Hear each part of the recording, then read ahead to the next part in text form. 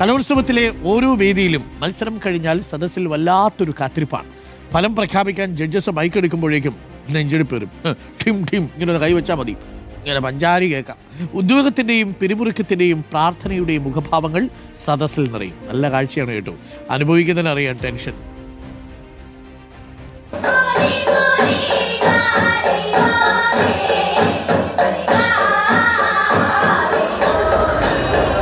ഫലപ്രഖ്യാപനത്തിനായി ജഡ്ജസിൽ ഒരാളെ വേദിയിലേക്ക് ക്ഷണിക്കുന്നു.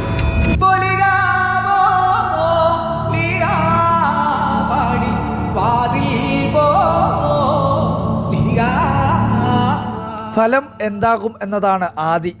മത്സരാർത്ഥികൾക്ക് മാത്രമല്ല, രക്ഷിതാക്കളും അധ്യാപകരും നിന്നുരുകുകയാണ്. സെക്കൻഡ് സൂചി വർഷമെടുത്തു നീങ്ങും പോലെയാണ് ആ സമയം കടന്നു പോകുന്നത്.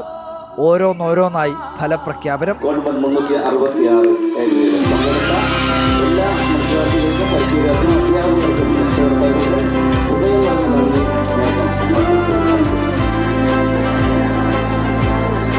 കഴിഞ്ഞ പ്രാവശ്യം ഞങ്ങൾക്ക് എന്താ പറയുക, ജില്ലയിൽ ജസ്റ്റ് മിസ്സിന് സ്റ്റേറ്റിലോട്ട് അപ്പീലിന് വന്നതായിരുന്നു. അപ്പോൾ ഈ വർഷം നേരിട്ട് വരുന്നതിൽ അതിൽ വേറെ സന്തോഷം തന്നെ ഉണ്ട്.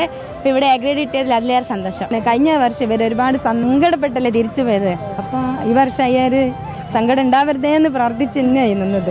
എല്ലാ ടെൻഷനും ഒടുവിൽ പുഞ്ചിരിയാണ്. ചിലർക്ക് നിരാശയുമുണ്ട്. ജയം മാത്രം എപ്പോഴും സംഭവിക്കണമെന്നില്ല. തോൽക്കാൻ മടിയുണ്ടാവരുത്. അപ്പോൾ എല്ലാവരും കൂളാവും. വീഡിയോ ജേർണലിസ്റ്റ് വിനീഷ് ഒളവണ്ണക്കൊപ്പം റിപ്പോർട്ടർ അർജുൻ കല്യാൺ, റിപ്പോർട്ടർ തൃശ്ശൂർ.